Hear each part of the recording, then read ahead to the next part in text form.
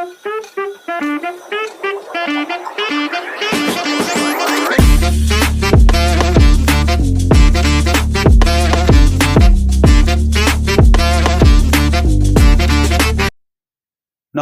दोस्तों, कैसे हैं आप? होप सभी अच्छे होंगे। अपना Madhya Pradesh admission and information YouTube channel पर आपका फिर से स्वागत है।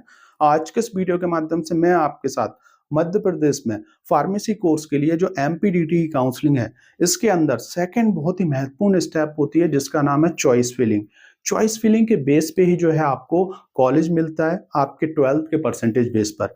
अगर आप गलत तरीके से चॉइस फिलिंग कर देंगे तो समझ जाइएगा आपका जो फर्स्ट राउंड है वो बेकार हो जाएगा, आपको गलत कॉलेज अलॉट हो जाएगा। क्योंकि एमपीडीटी काउंसलिंग में जो फर्स्ट राउंड होता है ये सबसे महत्वपूर्ण राउंड होता है, क्योंकि इसके अंदर आप 100% सीटों को टारगेट करते हैं। इसके अलावा फर्स्ट राउंड के अंदर आपको टीएफडब्ल्यू कोटे की सीट देखने को मिलती है। जनरल कैटेगरी वाले बच्चे जिनके पास ईडब्ल्यूएस सर्टिफिकेट होता है उसके लिए 10% सीटें अलग से आती हैं। तो टीएफडब्ल्यू और ईडब्ल्यूएस की जो सीट्स होती हैं वो भी जो है आपके फर्स्ट राउंड में पैक हो जाती हैं। और इसके अलावा जो अच्छे कॉलेज हैं वो भी आपके सभी पैक हो जाते हैं। ऑलमोस्ट 70-80% कॉलेज पैक हो जाएंगे फर्स्ट राउंड के अंदर, क्योंकि ऑलरेडी काउंसलिंग का जो टाइम टेबल है बहुत लेट आया, पूरा शेड्यूल जो है लेट चल रहा है। तो इसलिए फर्स्ट राउंड सबसे महत्वपूर्ण राउंड है। प्रॉपर तरीके से आप चॉइस फिलिंग कीजिएगा। अगर आपको कुछ भी समझ में नहीं आ रहा है, किसी से आप पेड काउंसलिंग ले लें, कॉलेज के बारे में नॉलेज नहीं है, तो डेफिनेटली आप लोग भी जो है हमसे पेड काउंसलिंग ले सकते हैं। हम लोग भी प्रॉपर तरीके से कंप्लीट काउंसलिंग सपोर्ट प्रोवाइड कराते हैं, जिसके अंदर हम लोग रजिस्ट्रेशन करते हैं, बेस्ट चॉइस फिलिंग आपको बना के देते हैं, फीस के अकॉर्डिंग, गवर्नमेंट कॉलेज के अकॉर्डिंग, आपके परसेंटेज के अकॉर्डिंग, ऐसी तमाम चीज़ों को एनालिसिस करके। इसके अलावा जब अलॉटमेंट आता है तो रिपोर्टिंग कब करना है, रिपोर्टिंग कैसे करना चाहिए, कौन कौन से डॉक्यूमेंट्स लगने वाले हैं, कितनी आपको फीस सबमिट करना है। इसके अलावा बहुत सारे ऐसे बच्चे होते हैं जो सेकंड राउंड के लिए जाना चाहते हैं या फर्स्ट राउंड में पार्टिसिपेट नहीं करते हैं, तो सेकंड राउंड के लिए किस कॉलेज में कितनी सीटें खाली हैं, कितने परसेंटेज चांसेस है कि आपको सेकंड राउंड में कॉलेज मिल पाएगा आपके 12th के परसेंटेज बेस पर, इन सब चीज़ के रिगार्डिंग हम लोग गाइडेंस प्रोवाइड कराते हैं। तो ये हमारा कॉन्टैक्ट नंबर है, आप हमें व्हाट्सएप पर मैसेज छोड़ सकते हैं। इसके अलावा अगर आप पेड काउंसलिंग नहीं लेते हैं तो आप वीडियोस को देख लीजिएगा, और साथ ही साथ अगर आपके मन में भी कुछ भी डाउट्स हैं तो आप मुझे सेम इसी व्हाट्सएप नंबर पे मैसेज छोड़ दीजिएगा। जब भी मैं फ्री रहूंगा आपको रिप्लाई करके, आंसर करके जो है सॉल्यूशन देने की कोशिश करूंगा। आते हैं हमारे मेन टॉपिक पर। अगर आप फार्मेसी के अंदर B pharm, D pharm, M pharm, इसके अलावा बहुत सारे बच्चे फार्म डी कोर्स करते हैं जो कि 12th के बेस पे ही होता है, लेकिन 5 साल का कोर्स होता है। इसके अलावा बहुत सारे बच्चों ने 2 साल का डी फार्म कोर्स कर रखा होता है, तो डायरेक्ट जो है बी फार्म सेकेंड ईयर भी ज्वाइन करते हैं, जिसे हम B pharm lateral entry admission भी बोलते हैं। तो जो आपका बी फार्म है, डी फार्म है, इसके अलावा अगर हम बात करें लेटरल एंट्री की जो एडमिशन होते हैं, इन सब की जो चॉइस फिलिंग है 30 सितंबर से स्टार्ट हो जाएगी। 30 सितंबर से लेके 20 अक्टूबर तक चलने वाली है 2024, और ये चलेगी आपको रात को 11:45 तक। और उसके बाद जो है फर्स्ट राउंड की जो लिंक है वो क्लोज हो जाएगी। तो जैसे कि आपने रजिस्ट्रेशन किया होगा तो उसमें साइड में लिखा होगा क्लिक हेयर, और उसके लिए आप रजिस्ट्रेशन कर रहे होगे, जो कि 16 अक्टूबर तक चलने वाले हैं। उसी के नीचे आपने देखा होगा चॉइस फिलिंग का एक ऑप्शन आ रहा होगा, तो चॉइस फिलिंग के जस्ट पास में अगर आप ऑप्शन देखेंगे तो उसमें अपकमिंग आ रहा होगा, और नीचे भी जो है आपको अपकमिंग शो हो रहा होगा। तो वहां पे भी जो है क्लिक हेयर लिखना स्टार्ट आ जाएगा 30 तारीख को, और आप क्लिक करके जो है आप अपनी चॉइस फिलिंग कर पाएंगे। अब हम बात करें जैसे कि बी फार्म, डी फार्म, दोनों कोर्सेज के अगर आपको कॉलेज सिलेक्ट करना है तो मिनिमम आपको 10 कॉलेज तो रखने ही पड़ेंगे। मतलब अगर आपने 9 कॉलेज रखे तो आप आगे ही नहीं बढ़ पाएंगे, और जो पेमेंट है वो नहीं कर पाएंगे। तो मिनिमम आपको 10 रखना है। मैक्सिमम जो है आप कितने भी कॉलेज इसमें रख सकते हैं चॉइस फिलिंग के अंदर, जिसमें बी फार्म और डी फार्म कोर्स के लिए। एम फार्म और इसके अलावा फार्म डी कोर्स की अगर हम बात करें तो सिर्फ आप जो है एक कॉलेज रख सकते हैं। इसके अलावा अगर आप जैसे कि डायरेक्ट सेकेंड ईयर में एडमिशन ले रहे हैं तो वहां पे भी जो है आपको 10 कॉलेज जो है आपको सिलेक्ट करना होंगे। इसके लिए आपको एमपीडीटी जो है आपसे चार्जेस लेगा 1530 रुपए। जब आप अपनी चॉइस फिलिंग डन कर देंगे और जब आप पेमेंट करेंगे तभी जो है आपका चॉइस फिलिंग कंफर्म माना जाएगा। तो वहां पर जो है गवर्नमेंट आपसे 1530 रुपए चार्जेस लेता है। चॉइस फिलिंग की अगर हम बात करें तो जो आपको कॉलेज सिलेक्ट होता है आपके 12th के परसेंटेज बेस पर, वो ऊपर से लेके नीचे तक होता है। अगर आप उस रेंज में आ गए तो पहला कॉलेज अलॉट हो जाएगा, अगर आप उस रेंज में नहीं आए तो दूसरा, तीसरा, इस हिसाब से जो है आपका कॉलेज जो है अलॉट होता है। जितना अच्छा परसेंटेज होगा उतना अच्छा आपको गवर्नमेंट कॉलेज, प्राइवेट कॉलेज मिलने के चांसेस होते हैं। अब मैं आपके साथ कुछ महत्वपूर्ण पॉइंट डिस्कस करने वाला हूं जिनको आपको जानना जरूरी है।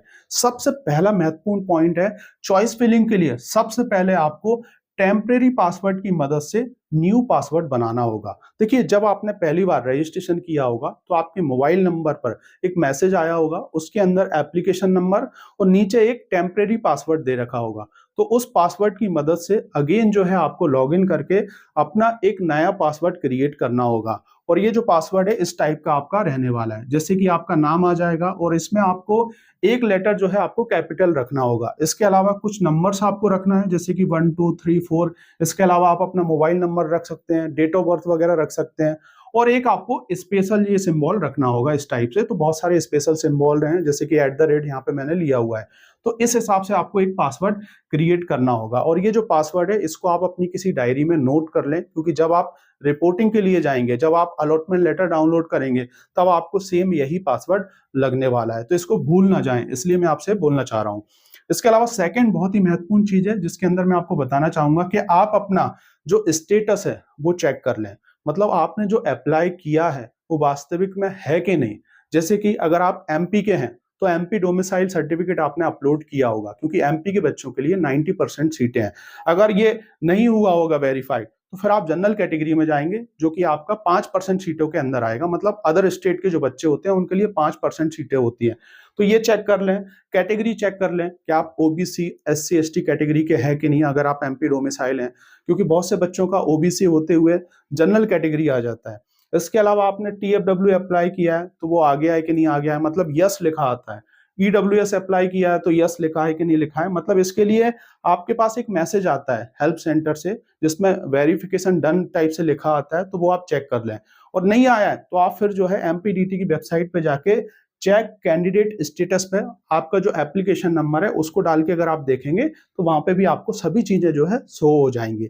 तो इस चीज को आप जरूर चेक कर लें। ये सब चीजें आपको कोई भी नहीं बताएगा, और इसके बावजूद भी अगर आप चैनल से नहीं जुड़ रहे हैं तो आप अपना लॉस कर रहे हैं। देखिए, आने वाले टाइम में आपको मैं ऐसी ही बहुत सारी जानकारी देता रहूंगा, और काउंसलिंग के साथ भी, काउंसलिंग के बाद भी 4 साल तक आपको क्या क्या चीजें करना चाहिए। फार्मेसी के अंदर बहुत सारे गवर्नमेंट सेक्टर है, ड्रग इंस्पेक्टर हो गया आपका, फार्मासिस्ट की जॉब निकलती है। इसके अलावा जैसे कि अगर आपको एम फार्म करना है तो उसके लिए जीपेट का एग्जाम होता है, गेट एग्जाम भी आप लोग दे सकते हैं। सबके रिगार्डिंग आपको गाइडेंस मिलता रहेगा। तो प्लीज आप सपोर्ट करें, लाइक करें और सब्सक्राइब करके जरूर रहिएगा। अब थर्ड बहुत ही महत्वपूर्ण चीज हम डिस्कस करने वाले हैं, जो ऑलरेडी मैं आपको ऊपर बता चुका हूं। B pharm and D pharm के लिए, या अगर हम बात करें, आप जैसे बी फार्म सेकेंड ईयर में भी एडमिशन ले रहे हैं तो कम से कम 10 कॉलेज आपको सिलेक्ट करना होंगे। 9 कॉलेज अगर आप डालेंगे तो चॉइस फिलिंग आगे बढ़ेगी नहीं, लॉक नहीं होगी, पेमेंट नहीं होगा। मैक्सिमम आप सभी कॉलेज डाल सकते हैं। फोर्थ नंबर पे अगर हम बात कर रहे हैं तो चॉइस फिलिंग के बाद जब तक आप पेमेंट नहीं करेंगे तब तक जो है आप कितनी भी बार लॉगिन करके अपनी चॉइस फिलिंग को चेंज कर सकते हैं। जैसे आपने पहले नंबर पे कोई कॉलेज रखा है, उसको आप जो है दूसरे नंबर पे लाना चाह रहे हैं, तीसरे नंबर पे लाना चाह रहे हैं, तो इस हिसाब से आप अपनी चॉइस फिलिंग में चेंजेस कर सकते हैं। और जब आपने पेमेंट कर दिया तो पेमेंट करने के बाद फिर जो है आप कोई भी चेंजेस नहीं कर पाएंगे। इसके लिए अलग से जो है एमपीडीटी आपको 2 दिन का टाइम देगा, और उसमें आपको 100 रुपए पे करना होगा अगर आपको पेमेंट करने के बाद चॉइस फिलिंग करना है। और ये जो आपने चॉइस फिलिंग कर रखा है इसका आप प्रिंट जरूर निकाल के रख लें। जैसे रजिस्ट्रेशन के टाइम आपने प्रिंट निकाल के रखा होगा, वैसे ही जो है आप हर एक स्टेप पे अपना प्रिंट निकाल के सेव करते जाएं। इसके अलावा फिफ्थ नंबर की अगर हम बात करें तो कॉलेज का सिलेक्शन सोच समझ के करें। सबसे पहले अगर आप जैसे प्राइवेट कॉलेज रखना चाह रहे हैं चॉइस फिलिंग में, तो उनकी इंफॉर्मेशन आप निकाल लें। इंफॉर्मेशन की अगर हम बात करें तो कॉलेज का प्लेसमेंट सही है कि नहीं, फैकल्टी सही है कि नहीं, उसका रिव्यू क्या है, मतलब कॉलेज का, ये चीजें आप देख लें।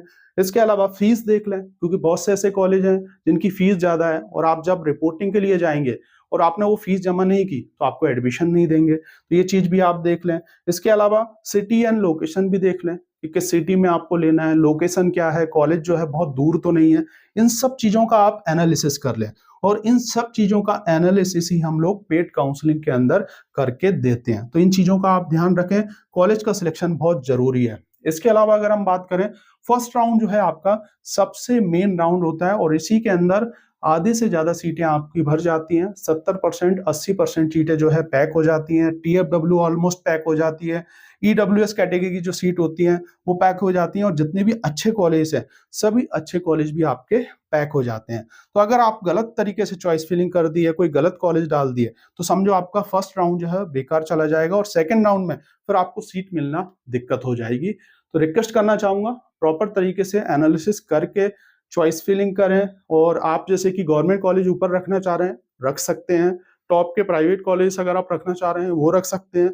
उसके नीचे कुछ और कॉलेज लेके चलें, क्योंकि अगर आपने जैसे कि टॉप के कॉलेज रख दिए और आपका परसेंटेज कम है और अगर आप उस कट ऑफ के अंदर नहीं आए, तो फिर आपको कॉलेज अलॉट ही नहीं होगा। ये भी बहुत सारे बच्चों के साथ हो जाती है। जिन बच्चों को कॉलेज अलॉट नहीं हुआ है, तो डेफिनेटली आप मानिएगा कि उस रेंज में आप आ ही नहीं पाए। तो इसलिए आप ऑप्शन में लेके चलें 15-20 कॉलेज, और इंदौर के, भोपाल के गवर्नमेंट कॉलेज हो गए, प्राइवेट कॉलेज हो गए, जो उन सबको लेके चलें और उसके हिसाब से बेस्ट चॉइस फिलिंग करके एक बेस्ट कॉलेज में एडमिशन लें। Thank you for watching this video. इस वीडियो के माध्यम से आप चॉइस फिलिंग के रिगार्डिंग थोड़ी बहुत इन्फॉर्मेशन जान पाए होंगे। अगर आपको ये वीडियो अच्छा लगे तो इसे लाइक और इस यूट्यूब चैनल को सब्सक्राइब करना ना भूलिएगा।